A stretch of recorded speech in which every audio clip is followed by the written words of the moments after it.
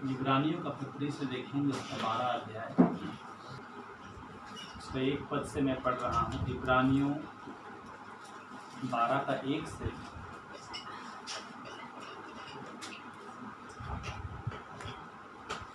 इस कारण जबकि गवाहों का ऐसा बड़ा बादल हमको घेरे हुए है, तो आओ हर एक रोकने वाली वस्तु और उलझाने वाले पाप को दूर करके वह दौड़ दौड़ें जिसमें हमें दौड़ना है। धीरज से दौड़ें। इस कारण जबकि गवाहों का ऐसा बड़ा बादल हमको घेरे हुए है, तो आओ हर एक रोकने वाली वस्तु और उलझाने वाले पाप को दूर करके वह दौड़ जिसमें हमें दौड़ना है, धीरज से दौड़ें।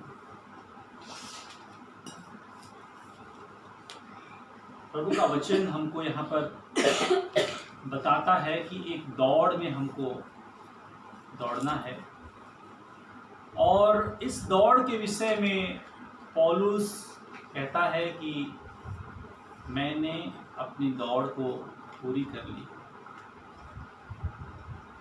तो ये एक ऐसा दौड़ है जिसको दौड़ने के लिए हमको परमेश्वर ने बुलाया है, और परमेश्वर की इच्छा है कि जब हम इस दौड़ में दौड़ते हैं तो हम यीशु की ओर देखते हुए, उसको ध्यान करते हुए, उसका जीवन को मनन करते हुए, यीशु कैसे जिया, यीशु ने क्या किया, उन बातों को ध्यान करते हुए इस दौड़ को हम दौड़ें, और हर समय हमारा जो ध्यान यीशु में ही लगा रहे। परमेश्वर ये चाहते हैं। तो इस दौड़ में जब हम दौड़ते हैं तो हमको रोकने के लिए और हमको उलझाने के लिए बहुत सारी चीज़ है जो इस संसार में पाई जाती है। हर इंसान को, यहाँ पर जैसे हम देख रहे हैं, इंग्लिश में अगर हम पढ़ेंगे तो लिखता है everything that hinders and the sin which entangles so easily. हर चीज जो आपको रोकती है, किस चीज से? दौड़ने से। हर चीज जो आपके जीवन में रुकावट डाल रहा है, उस आत्मिक दौड़ को दौड़ने के लिए, उस बुलाहट को पूरा करने के लिए जो रोक रहा है, उसको दूर करते हुए, उसको हटाते हुए, और उस पाप को दूर करते हुए जो हमें बहुत आसानी से उलझा देता है, हमको दौड़ना है। हर इंसान को, हर विश्वासी को बैठ करके सोचना चाहिए कि मेरे जीवन में ऐसी क्या बातें हैं जो कि मुझे रोक रही हैं इस दौड़ में दौड़ने से। आत्मिक जीवन में मुझे आगे बढ़ने से, उस बुलाहट को पूरा करने से कौन सी बातें मुझे रोक रही हैं? देखिए, यहाँ पर दो चीजों का वर्णन किया गया है। एक पाप का बारे में वर्णन किया गया है, और उसके अलावा कहा है कोई भी बात जो हमको रोकती है। पाप तो इंसान को बहुत आसानी से उलझा देता है, लेकिन पाप के अलावा भी हमारे जीवन में ऐसे बहुत सी बातें हैं जो कि हम नहीं ध्यान करने से हम उसमें भी फंस जाएंगे। वो भी हमको इस दौड़ में रोकने का कारण बन जाएगा। तो जैसे कि किसी किसी के जीवन में एक रोकने वाला कारण हो सकता है, टीवी हो सकता है, टीवी देखना हो सकता है। किसी के जीवन में मोबाइल में अधिक समय बिताना हो सकता है।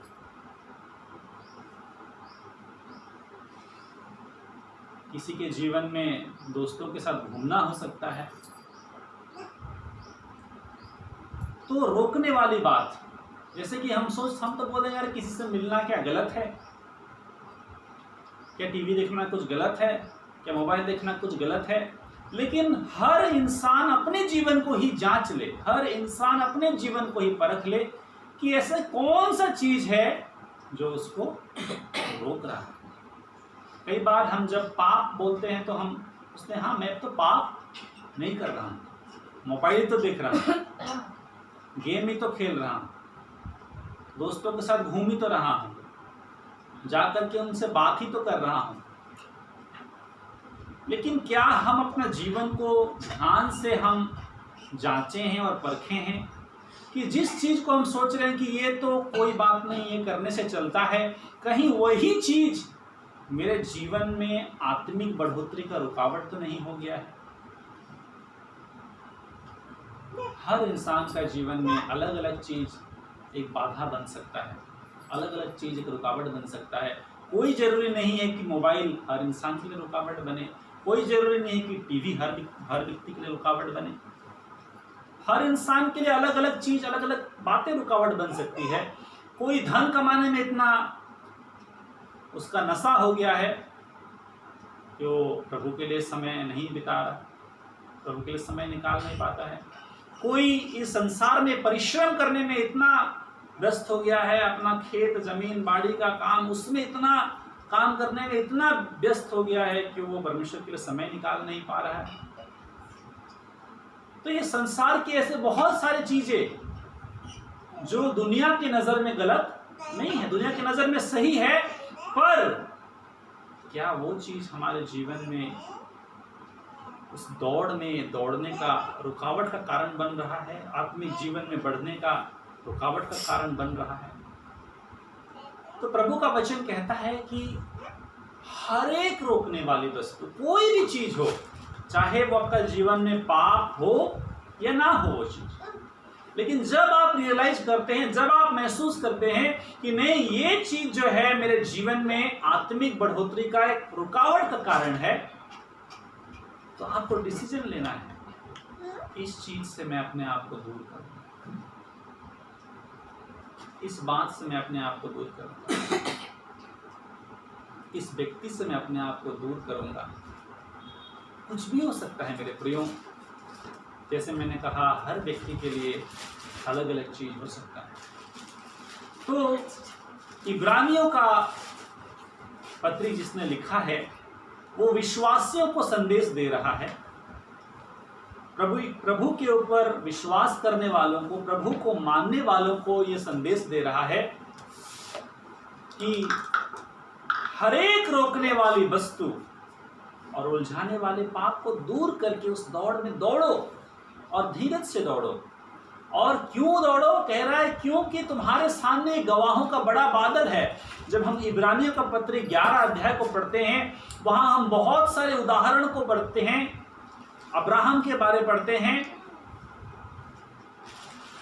बहुत सारे लोगों के बारे पढ़ते हैं, परमेश्वर के द्वारा अभिषेक बड़े बड़े भक्तों के बारे में हम पढ़ते हैं, कैसे वो लोग परमेश्वर के लिए जिए, विश्वास से वो लोग कैसे परमेश्वर के लिए जिए।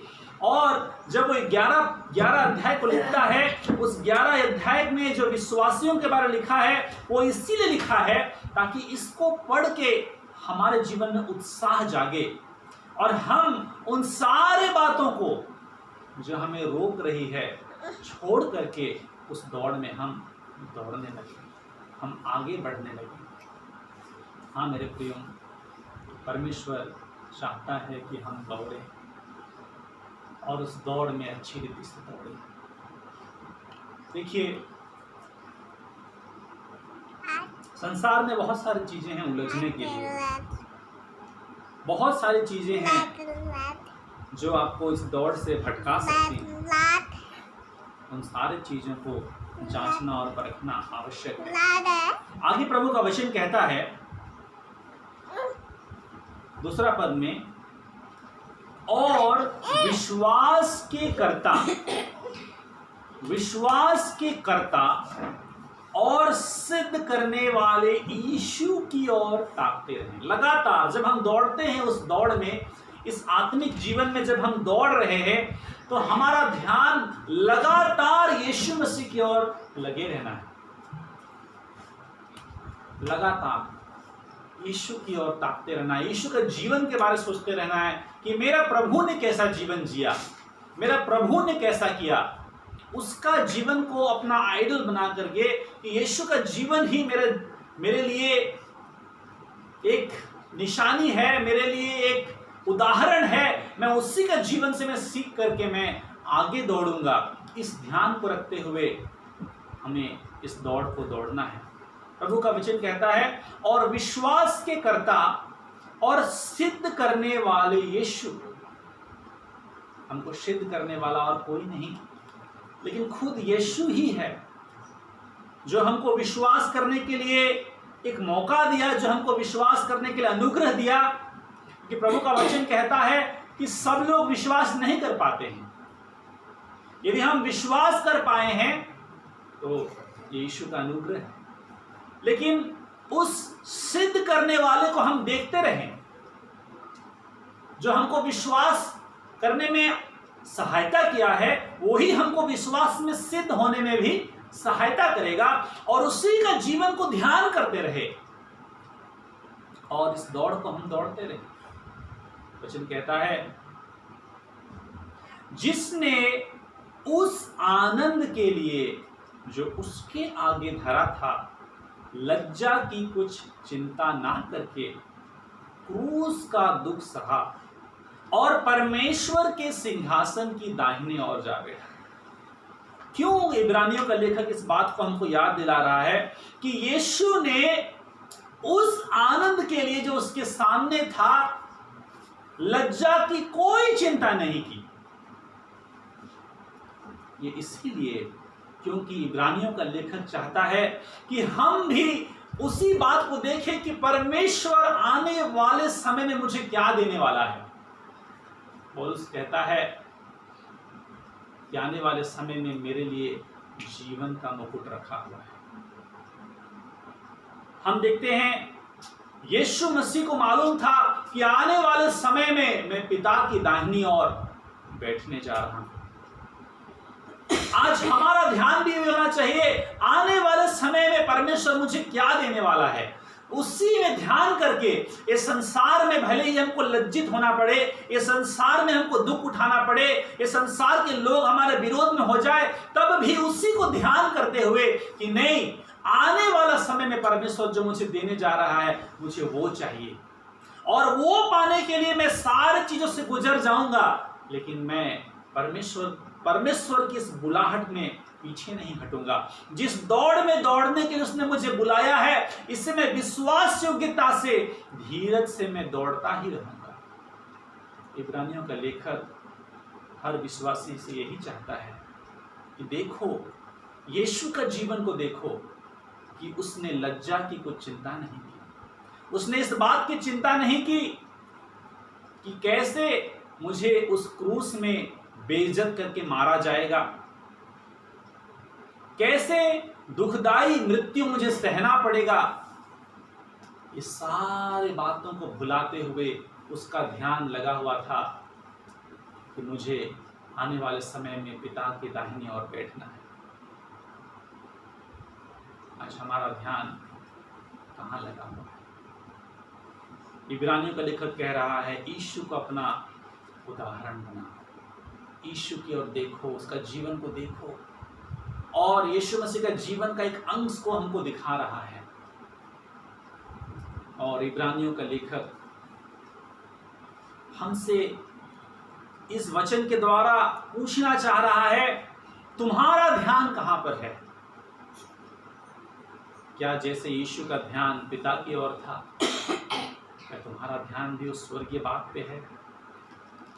क्या तुम्हारा ध्यान इस बात पे है कि आने वाले समय में जब मैं जय पाऊंगा तो प्रभु मेरे लिए पुरस्कार को रखे हैं? या इस संसार की कोई बातों में हम उलझ गए हैं? इस संसार की कोई बात में क्या हम फंस गए हैं? प्रभु का वचन आज हमको चेतावनी देता है कि इस संसार की बातों में ना फंसे, लेकिन अपने उद्धारकर्ता को देखते रहें, अपने विश्वास के कर्ता को देखते रहें, उसका जीवन को देख करके हम आगे बढ़ें। प्रभु का वचन कहता है, 3 पद, इसीलिए उस पर ध्यान करो, इसीलिए उस पर ध्यान करो जिसने अपने विरोध में पापियों का इतना विरोध सह लिया कि तुम निराश होकर साहस ना छोड़ दो।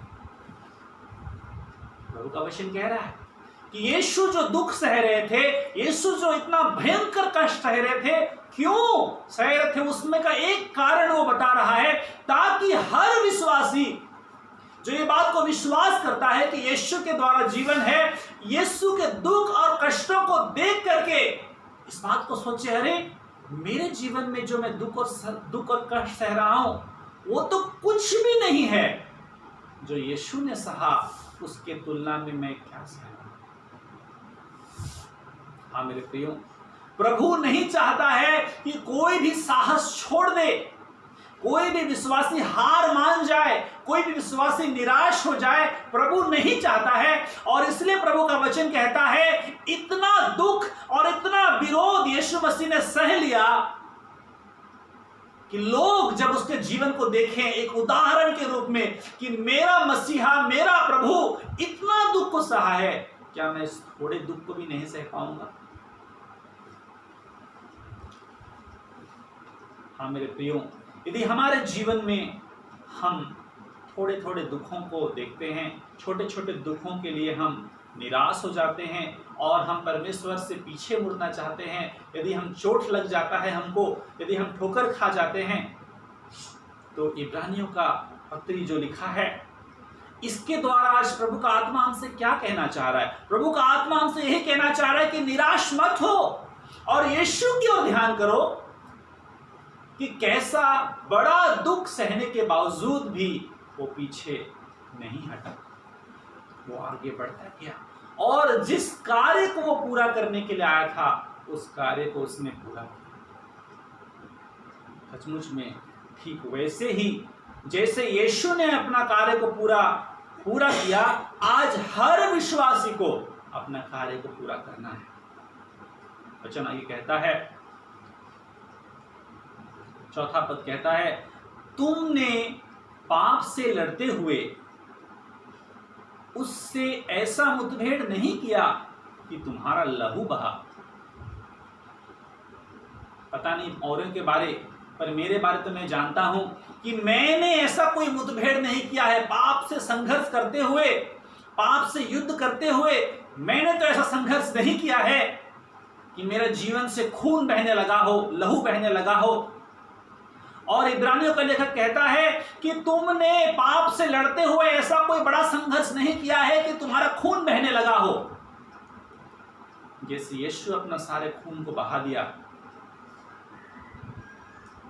वो कहता है, और तुम उस उपदेश को जो तुमको पुत्र के समान दिया जाता है भूल गए। ये हर उस व्यक्ति से कह रहा है जब जो व्यक्ति सोचता है कि मेरा जीवन में दुख आ रहा है, ताड़ना आ रहा है, हे प्रभु क्यों मेरा इतना जीवन में दुख है, क्यों मेरा जीवन में इतना तकलीफ है, क्यों मैं इतना कष्ट में हूं, क्या तू मुझे नहीं देखता, क्या तू मेरे बारे नहीं सोचता? ऐसे सोचने वाले हर उस व्यक्ति से प्रभु का वचन कह रहा है कि तुम उस उपदेश को भूल गए हो, जो क्या बताता है, जो तुम्हें सिखाता है कि तुमको पुत्र के समान, वचन कहता है, और तुम उस उपदेश को जो तुमको पुत्र के समान दिया जाता है भूल गए हो। प्रभु का वचन प्रभु के लोगों को एक उपदेश देता है, जिनको परमेश्वर अपना पुत्र समझता है उनको परमेश्वर एक विशेष उपदेश देता है और प्रभु का वचन कह रहा है कि तुम उसको भूल गए हो। ये तुम कौन है? ये वे लोग हैं जो कि अपना जीवन में दुख और कष्ट के समय में परमेश्वर को सवाल करने लगते हैं, हे परमेश्वर, मेरे जीवन में इतना दुख और कष्ट क्यों है? मेरे जीवन में इतना तकलीफ क्यों है? हाँ मेरे प्रियो, प्रभु का वचन आज यहाँ पर हम देखते हैं, कहता है, आगे लिखा है, कौन सा उपदेश को वे भूल गए हैं?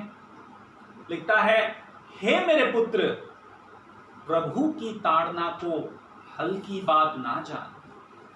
हे मेरे पुत्र, प्रभु की ताड़ना को हल्की बात ना जान, और जब वह तुझे घुड़के तो साहस ना छोड़। आज प्रभु का वचन हमको याद दिलाता है, यदि हमारे जीवन में ताड़ना है, यदि हमारे जीवन में दुख है, यदि हमारे जीवन में कष्ट है, प्रभु का वचन कहता है, प्रभु जो तुझे घुड़का है इसको हल्की बात मत जान और साहस को मत छोड़ दे। क्योंकि परमेश्वर अपने पुत्रों से ऐसा व्यवहार करता है, जिसको परमेश्वर अपना समझता है, परमेश्वर उससे ऐसा व्यवहार करता है। इसीलिए तू साहस को ना छोड़ दे। क्योंकि वचन कहता है, क्योंकि प्रभु जिससे प्रेम करता है उसकी ताड़ना भी करता है, और जिससे पुत्र बना लेता है उसको कोड़े भी लगाता है। हाँ मेरे प्रियो, परमेश्वर यदि भी दंड देता है तो उसको दंड देने में आनंद और खुशी नहीं आता है। परमेश्वर को मजा नहीं आता है किसी को दुख देने में, तकलीफ देने में, कष्ट देने में। परमेश्वर को इस बात में खुशी नहीं है। लेकिन जैसे एक पिता जो अपने पुत्र से प्रेम करता है, उसको सही रास्ता में लाने के लिए, उसको कुछ अच्छा बनाने के लिए ताड़ना देता है, ठीक वैसे ही परमेश्वर पिता जब हमसे प्रेम करता है, हमको ठीक करने के लिए, हमको अच्छा बनाने के लिए, हमको बेहतर बनाने के लिए हमारे जीवन में ताड़ना आने देता है।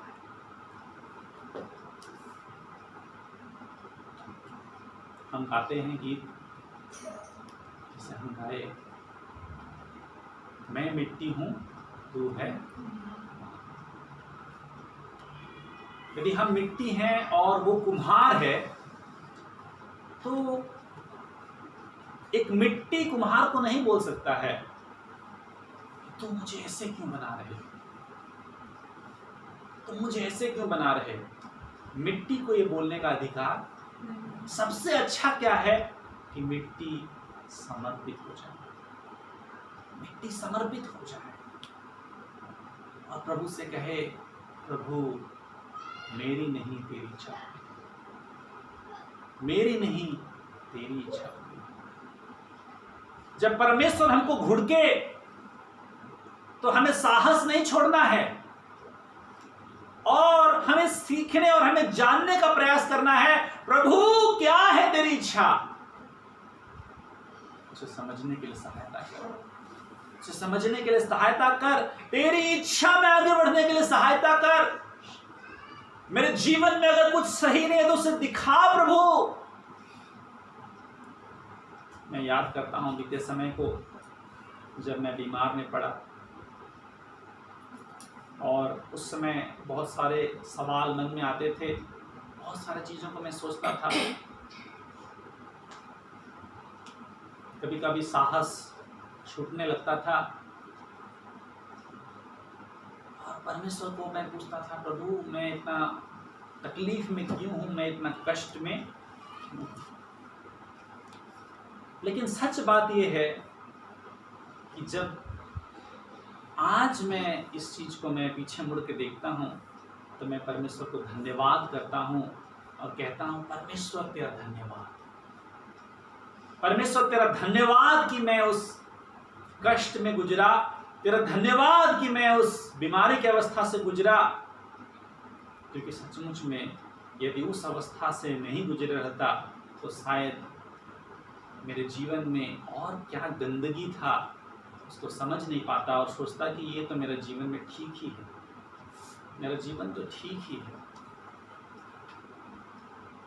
जब मैं उस मुश्किल परिस्थिति से गुजर रहा था तो मुझे लगता था मेरा जीवन तो ठीक ही है, लेकिन धीरे धीरे धीरे धीरे परमेश्वर मेरा समझ को खोलने लगा और मैं अपना जीवन के उन बातों को समझने लगा जिनको मैं सोचता था कि ये तो ठीक ही है। मैं समझने लगा कि नहीं, ये ठीक नहीं है। मैं समझने लगा, मैं अनुभव करने लगा कि ये परमेश्वर की नजर में गलत है। हाँ मेरे प्रियो, रोमियो उसका 12 अध्याय कहता है, 12 अध्याय उसका 1-2 में हम पढ़ेंगे। वचन कहता है कि अपने आप को परमेश्वर के सामने जीवित बलिदान चढ़ा दो ताकि तुम समझ सकोगे, तुम जान सकोगे कि परमेश्वर की जो भली भावती और सिद्ध इच्छा क्या है। हम कई बार सोचते हैं हमारे जीवन में, मेरा जीवन तो ठीक ही है, मेरा जीवन तो ठीक चल रहा है, लेकिन शायद कई बार हम अनुभव करने से चूक जाते हैं और शायद कई बार हम समझते हुए भी नासमझ बन करके जीना चाहते हैं, क्योंकि हमारे अंदर में एक जिद रहता है और हम सोचते हैं कि ठीक ही चल रहा है हमारा जीवन। मैं अपने जीवन में अनुभव किया उस बीमारी के दौरान में, और आज अनुभव करता हूं कि सच है प्रभु, यदि उस बीमारी से नहीं गुजरता तो शायद मैं जान नहीं पाता, समझ नहीं पाता कि मेरे जीवन में वो भी गलत था, वो सोच भी गलत था, और कैसे उस परिस्थितियों से निकलने के बाद परमेश्वर ने मुझे कैसे उन विचारों के ऊपर विजय दिया, कैसे उस सोच के ऊपर विजय दिया। सचमुच में ये अद्भुत है। तो परमेश्वर जब हमको अपना पुत्र बना लेता है और हमको ताड़ना देता है, इसको लाइटली नहीं लेना है, हल्का नहीं लेना है, जांचना है, परखना है, ध्यान करना है अपना जीवन को। हर इंसान को अपना जीवन को परखते रहना है। हाँ मेरे प्रियो, परमेश्वर हमसे बहुत प्रेम करता है, बहुत ही ज्यादा प्रेम करता है। यदि हमको ये प्रकाशन मिला है कि यीशु सच्चा परमेश्वर है, तो ये प्रकाशन ऐसे ही नहीं मिला है, लेकिन इस अनुग्रह को हमको बेकार जाने के लिए नहीं देना है। परमेश्वर हमको बहुत सारी बातें हमारे जीवन में सिखाना चाहता है। आत्मिक जीवन में परमेश्वर हमको दिन प्रतिदिन उन्नति करना चाहता है। बीते समय में प्रचार किया हूं, आज भी मैं बोलता हूं, यीशु को उद्धार करता ग्रहण करना, यीशु को अपनाना सिर्फ आरंभ है। धीरे धीरे आप जितना प्रभु का नजदीकी आएंगे उतना आप समझ पाएंगे आपका जीवन में क्या गलती है। आज जो आपके जीवन में लगता है कि सही है, आप कल को यदि प्रभु में और गहराई में जाएंगे, आप समझ पाएंगे कि नहीं, ये भी सही नहीं है, मुझे और आगे बढ़ना है, और ऊपर उठना है, और नजदीक होना है। प्रभु ने सिद्ध होने के लिए बुलाया है, यीशु की तरह होने के लिए बुलाया है, मुझे यीशु की तरह। हाँ मेरे प्रियो, हम आगे पढ़ते हैं, 7वां पद देखते हैं। तुम दुख को ताड़ना समझकर सह लो, तुम दुख को ताड़ना समझकर सह लो, परमेश्वर तुम्हें पुत्र जानकर तुम्हारे साथ बर्ताव करता है। वैसे ही वह कौन सा पुत्र है जिसकी ताड़ना पिता नहीं करता। हाँ मेरे प्रियो, प्रभु का वचन हमें उत्साहित कर रहा है। यदि हमारे जीवन में दुख आया है, यदि हमारे जीवन में कष्ट आया है, उसे ताड़ना समझे। हमारे जीवन को सही करने के लिए, हमारे जीवन को बेहतर बनाने के लिए एक ताड़ना हम समझे और अपने ही जीवन को जांचते परखते रहे और परमेश्वर से प्रार्थना करते रहे, प्रभु मुझे आगे बढ़ा, मुझे आगे बढ़ा। जिस जगह में हूं वहां मैं पड़े हुए रहना नहीं चाहता हूं, मैं आगे बढ़ना चाहता हूं। मैं और आगे बढ़ना चाहता हूं। मैं तो मसीह के उस स्वरूप में ढलते जाना चाहता हूं, यीशु के जैसा मैं बनते जाना चाहता हूं। प्रभु मेरे साथ।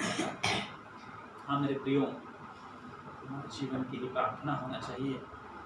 हम यहाँ पर देख रहे हैं, जब हमारे जीवन में ताड़ना आया है, साहस नहीं छोड़िए, लेकिन जानिए कि वो आपका पिता है। आपको नाश नहीं किया है अभी तक, आपको मिटा नहीं डाला है अभी तक, लेकिन वो आपके जीवन में कुछ भलाई करना चाह रहा है, कुछ अच्छाई करना चाह रहा है। और यहां पर प्रभु का वचन हमको उत्साहित कर रहा है कि तुम समझो कि एक पिता तुम्हें ताड़ना दे रहा है। हाँ मेरे प्रियो, जब हम ये समझकर अपना जीवन को और सही करने में लग जाएंगे, प्रभु की सहायता मांगने लगेंगे, प्रभु मुझे और बदलना है, मुझे और बदलना है, प्रभु और बदलना है, मैं अपने जीवन में और बदलना चाहता हूं, मैं यहाँ पड़े हुए रहना नहीं चाहता हूं, और बढ़ना चाहता हूं, और बढ़ना चाहता हूं। मुझे दिखा प्रभु, मुझे समझा प्रभु, मुझे आगे बढ़ा प्रभु। पुरानी बातों को छोड़ते हुए जब परमेश्वर आपको याद दिलाता है कि देख तेरे जीवन में ये गलत है, तेरे जीवन में सही नहीं है, उन सारे बातों को अंगीकार करते हुए, माफी मांगते हुए, उनको छोड़ते हुए आगे बढ़ते जाना है। जैसा प्रभु का वचन में लिखा, प्रभु का वचन कहता है, हर व्यक्ति जो अपने पापों को मान लेता है और छोड़ देता है, उस पर दया की जाएगी। परमेश्वर की दया आपके जीवन में बढ़ते जाएगा। जितना आप अपने पापों को मानेंगे, उसको छोड़ेंगे, उतना आपके जीवन में प्रभु का दया और बढ़ेगा, और बढ़ेगा, और बढ़ेगा। हाँ मेरे प्रियो, परमेश्वर चाहता है कि हम आगे बढ़ें, अपने जीवन में आगे बढ़ें।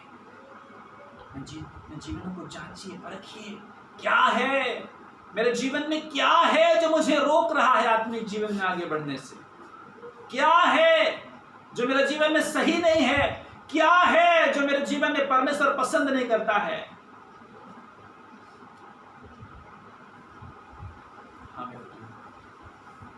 प्रभु चाहता है कि हम आगे बढ़ते जाएं, आगे बढ़ते जाएं। आगे हम देखते हैं, प्रभु का वचन 8वें पद में कहता है, यदि वह ताड़ना जिसके भागी सब होते हैं, क्या लिखता है? सब। परमेश्वर के सारे लोग ताड़ना के भागी होते हैं, कोई कोई लोग नहीं।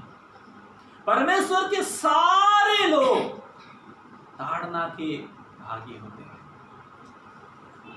वचन कह रहा है, यदि वह ताड़ना जिसके भागी सब होते हैं तुम्हारी नहीं हुई, तो तुम पुत्र नहीं, पर वे व्यभिचार की संतान थे। इस बात को जानिए कि यदि हमारी ताड़ना नहीं होती है तो हम परमेश्वर के नहीं हैं। लेकिन यदि हमारी ताड़ना हो रही है और इस बात को हम समझ पा रहे हैं, अनुभव कर पा रहे हैं, और इस बात को हम परमेश्वर के साथ और सही होने के लिए, प्रभु के मार्गों में और आगे बढ़ने के लिए इस्तेमाल कर रहे हैं, आत्मिकता में और आगे बढ़ने के लिए इस्तेमाल कर रहे हैं, सचमुच में हमारा जीवन आशीषित होगा, हमारा जीवन धन्य हो जाएगा। प्रभु के लोग जब अपने जीवन में गलती किए, अब्राहम का जीवन को देखें, प्रभु का सामने वो चल रहा था, गलती कर रहा था, लेकिन फिर वो उठ करके आगे बढ़ रहा था, फिर वो उठ करके आगे बढ़ रहा था।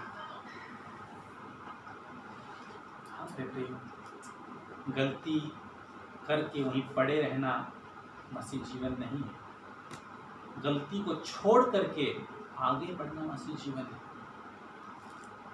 अपने पापों को सिर्फ अंगीकार करना मसीह जीवन नहीं है, अपने पापों को अंगीकार करके छोड़ना और उस स्तर से आगे बढ़ना है। हर दिन अगर उसी स्तर में पड़े हुए हैं तो हमारा जीवन क्या जीवन है? मसीह जीवन में आगे बढ़ना है, आगे बढ़ना है, आगे बढ़ना है। कल को मेरा जीवन जैसा था, आज को मेरा जीवन वैसा नहीं होना चाहिए। हर व्यक्ति का जीवन बदलते जाना है, यीशु के जैसा हमको बनते जाना है। वचन कहता है, 9 पद कहता है, फिर जबकि तुम्हारे शारीरिक पिता भी तुम्हारी ताड़ना किया करते थे और हमने उनका आदर किया, तो क्या आत्माओं के पिता के और भी अधीन ना रहें, जिससे हम जीवित रहें। यदि शारीरिक पिता ताड़ना करते थे, यदि हम उनको आदर करते थे, सहते थे, तो कहता है तो आत्माओं के पिता अर्थात परमेश्वर जब हमारे ताड़ना करेगा तो क्यों हम और ज्यादा नहीं सहेंगे, क्यों और ज्यादा उसका आदर नहीं करेंगे। इस बात को जानते हुए कि जब वो ताड़ना करता है और हम उससे आदर से लेते हैं, जब हम सकारात्मक पॉजिटिवली लेते हैं, इस बात को समझते हुए कि परमेश्वर मुझे नाश नहीं करना चाहता, लेकिन परमेश्वर तो मुझे बेहतर बनाना चाहता है, इस बात को जानते हुए मेरे जीवन को और अच्छा बनाना चाहता है, इस बात को समझते हुए जब हम उस ताड़ना को आदर के साथ ग्रहण करेंगे और अपने जीवन को सकारात्मक रीति से सही ढंग से जीने लगेंगे परमेश्वर के साथ, तो हमारे जीवन में वो आशीष का कारण बनेगा, हमारे जीवन में भलाई का कारण बनेगा। लिखता है आगे 10वां पद कहता है, वे तो मतलब शारीरिक पिता लोग अपने अपनी समझ के अनुसार थोड़े दिन के लिए ताड़ना करते थे। इस संसार में जो हमने पिता पाए वे अपनी अपनी समझ के अनुसार थोड़े दिन के लिए ताड़ना करते थे, पर वह तो अर्थात परमेश्वर पिता हमारे लाभ के लिए करता है, हमारे ही लाभ के लिए वो करता है कि हम भी उसकी पवित्रता के भागी हो जाएं। देखिए, परमेश्वर ताड़ना जो करता है उसका पीछे रहस्य को यहाँ पर इब्रानियों का लेखक प्रकट किया है। हर इंसान के जीवन में जो ताड़ना आती है, ये ताड़ना उसको परमेश्वर के पवित्रता में सहभागी होने में सहायता करती है। आपको पाप के जीवन से निकलकर पवित्रता में हर दिन और आगे और आगे और आगे और आगे बढ़ने के लिए आपको सहायता करें। यदि आप इस बात को समझते हुए कि परमेश्वर तो मेरा पिता है और वो मेरा ताड़ना कर रहा है, मैं इसको गलत रीति से नहीं लूंगा, लेकिन मैं इसे अपने जीवन को सुधारने के लिए इस्तेमाल करूंगा और इन परिस्थितियों में परमेश्वर को धन्यवाद देते हुए जीऊंगा। जो कुछ मेरे जीवन में गलत दिखे वो सारी चीजों को परिवर्तन करते हुए मैं प्रभु के लिए जीऊंगा। ऐसे सकारात्मक भाव से, ऐसे सोच से जब आप आगे बढ़ेंगे, आप परमेश्वर की पवित्रता में सहभागी होने पाएंगे। देखिए मेरे प्रियो, प्रभु का वचन कहता है परमेश्वर ही है जो हमको पवित्र करने वाला है। मैं तुम्हारा पवित्र करने वाला परमेश्वर यहोवा हूं। लेकिन फिर कहता है पवित्र बनो क्योंकि तुम्हारा बुलाने वाला पवित्र है। तो जब परमेश्वर हमारा पवित्र करने वाला है तो हम कैसे अपने शक्ति से पवित्र बने?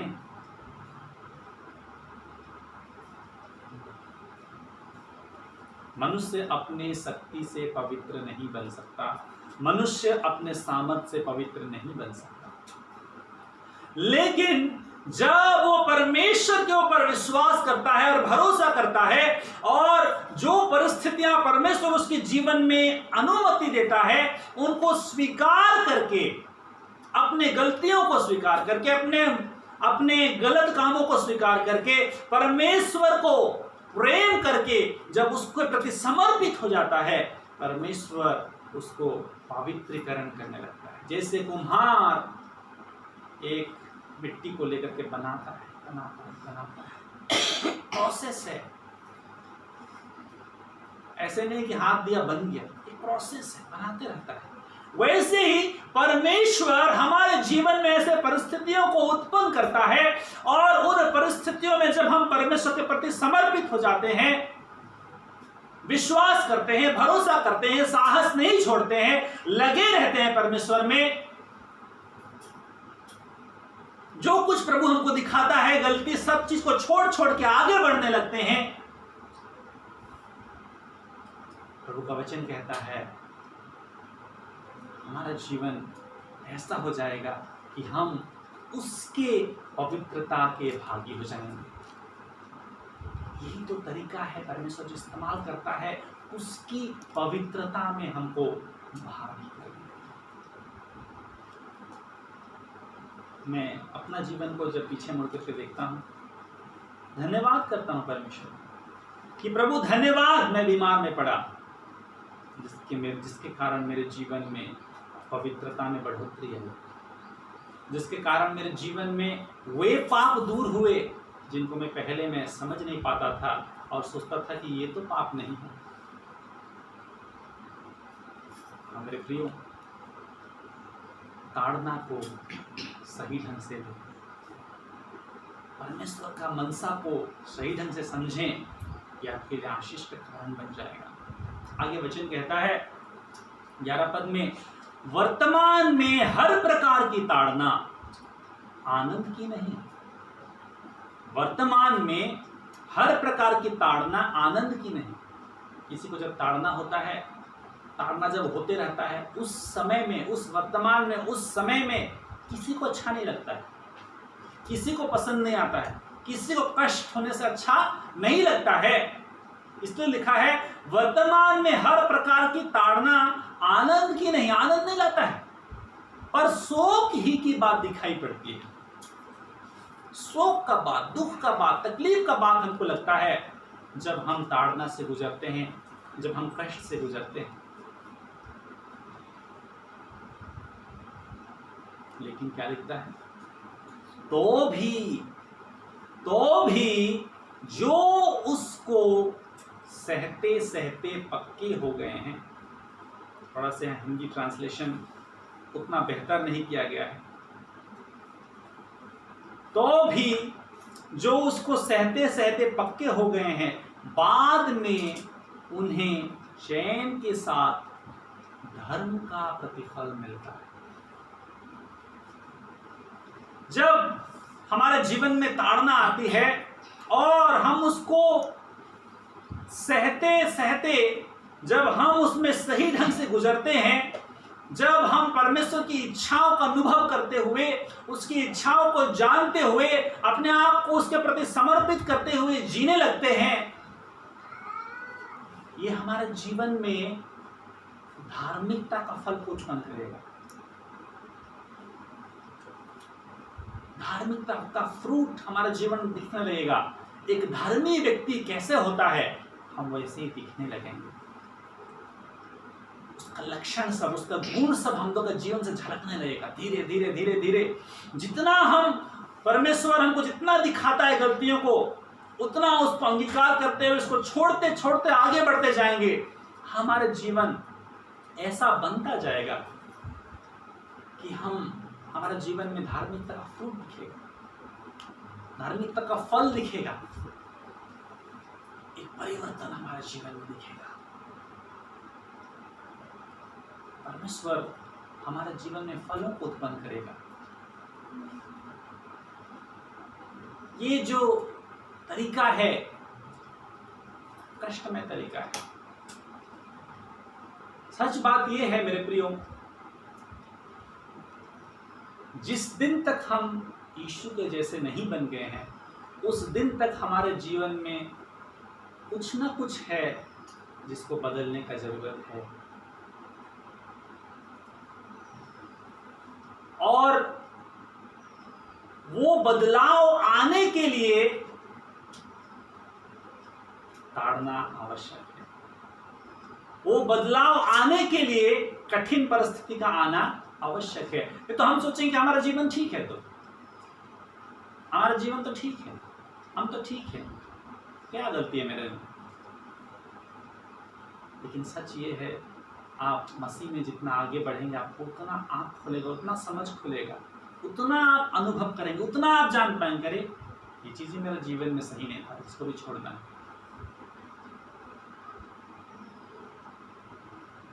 हाँ मेरे प्रियो, परमेश्वर हमको बहुत प्रेम करता है, बहुत ही प्रेम करता है। और ये सारी बातों को लिखने के बाद 12 पद में कहता है, इसलिए ढीले हाथों और निर्बल घुटनों को सिद्ध करो। कैसे हाथ? ढीले हाथ, निर्बल घुटने।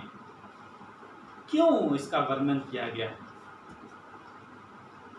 क्यों इन हाथों के बारे कहा गया है? ढीले हाथ और निर्बल घुटने। सच बात यह है, ये प्रार्थना का जीवन को दिखाता है।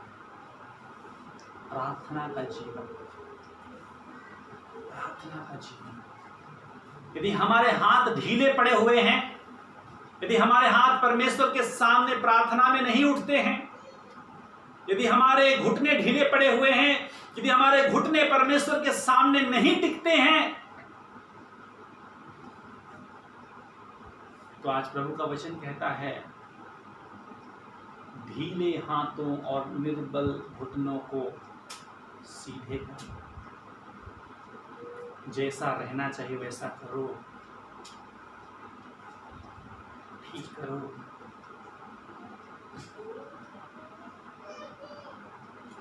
हाँ मेरे प्रियो, परमेश्वर प्रार्थना नहीं करने वाला का जीवन को कैसे बदले। इतना देर यहाँ से हम एक पद से जो 11 पद तक पढ़ें, ये सारे पदों कहने के बाद वो कह रहा है, इसीलिए ढीले हाथों और निर्बल घुटने को सीधे करो। देखिए, अगर हम बदलाव चाहते हैं, बिना प्रार्थना का बदलाव नहीं करेंगे। प्रार्थना वो माध्यम है जिसके द्वारा हम परमेश्वर के उन आशीषों को अपने जीवन में अनुभव करने के लिए ले आते हैं। ध्यान से सुनिएगा, हम जो पढ़ते हैं, प्रभु ने यश आशीष किया, वैसे आशीष किया, ऐसे आशीष किया है, ये आशीष किया है, वो आशीष किया है, लेकिन उसको अनुभव में यदि देखना चाहते हैं, बिना प्रार्थना का अनुभव नहीं होता। यदि हम लोगों का जीवन आज बहुत ही कम परमेश्वर का अनुभव, परमेश्वर का आशीष का अनुभव कर रहा है, इसका कारण है हमारे ढीले हाथ और ढीले घुटने। यदि हमारे हाथ और घुटने ठीक हो जाए, यदि हम प्रार्थना में सही हो जाएं, बहुत बड़ा परिवर्तन आ जाएगा। प्रभु के आशीषों के बारे जानना, प्रभु के वायदों को जानना अलग बात है, उसको अनुभव करना अलग बात है। यदि आप अनुभव करना चाहते हैं, अनुभव करने का माध्यम है प्रार्थना। प्रार्थना के द्वारा ही आप अनुभव कर सकते हैं। यदि हम जाबेज का जीवन देखते हैं, प्रभु का वचन कहता है, जाबेज प्रार्थना किया परमेश्वर से, प्रार्थना किया, प्रभु मुझे आशीष कर, प्रभु मुझे आशीष। इससे पहले जाबेज का जीवन आशीष में नहीं, लेकिन जब वो परमेश्वर के निकट प्रार्थना करने लगता है, प्रभु मेरे जीवन को आशीष दे। शायद जाबेज का बारे बहुत ज़्यादा तो नहीं लिखा है, लेकिन शायद उसका जीवन ऐसा था कि उसमें कोई आशीष नजर नहीं आती थी। शायद उसका जीवन श्रापित था, लेकिन वो प्रभु के निकट आया, प्रार्थना किया, परमेश्वर उसका जीवन को आशीषित कर दिया। आज हमारे जीवन को बदलने की सामर्थ रखने वाला परमेश्वर, हमारे जीवन को आशीषमय करने वाला परमेश्वर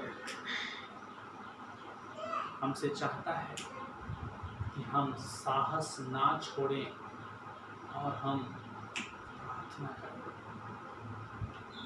प्रार्थना करें कि हमारा जीवन परिवर्तन हो, ताकि हम वो बनने पाएं जो परमेश्वर हमको बनाना चाहता है।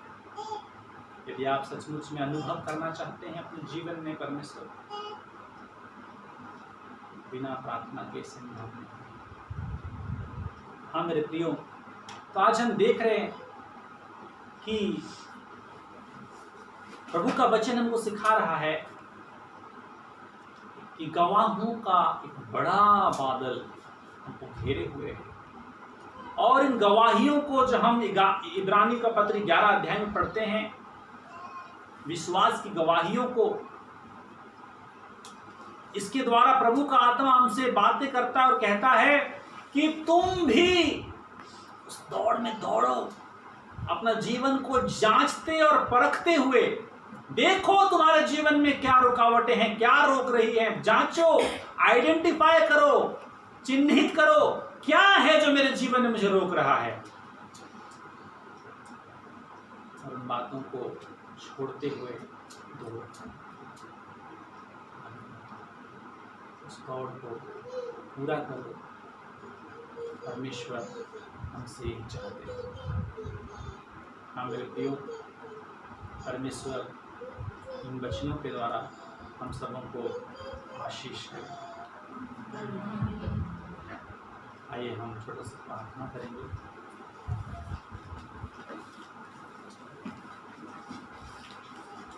हम प्रार्थना करेंगे कि परमेश्वर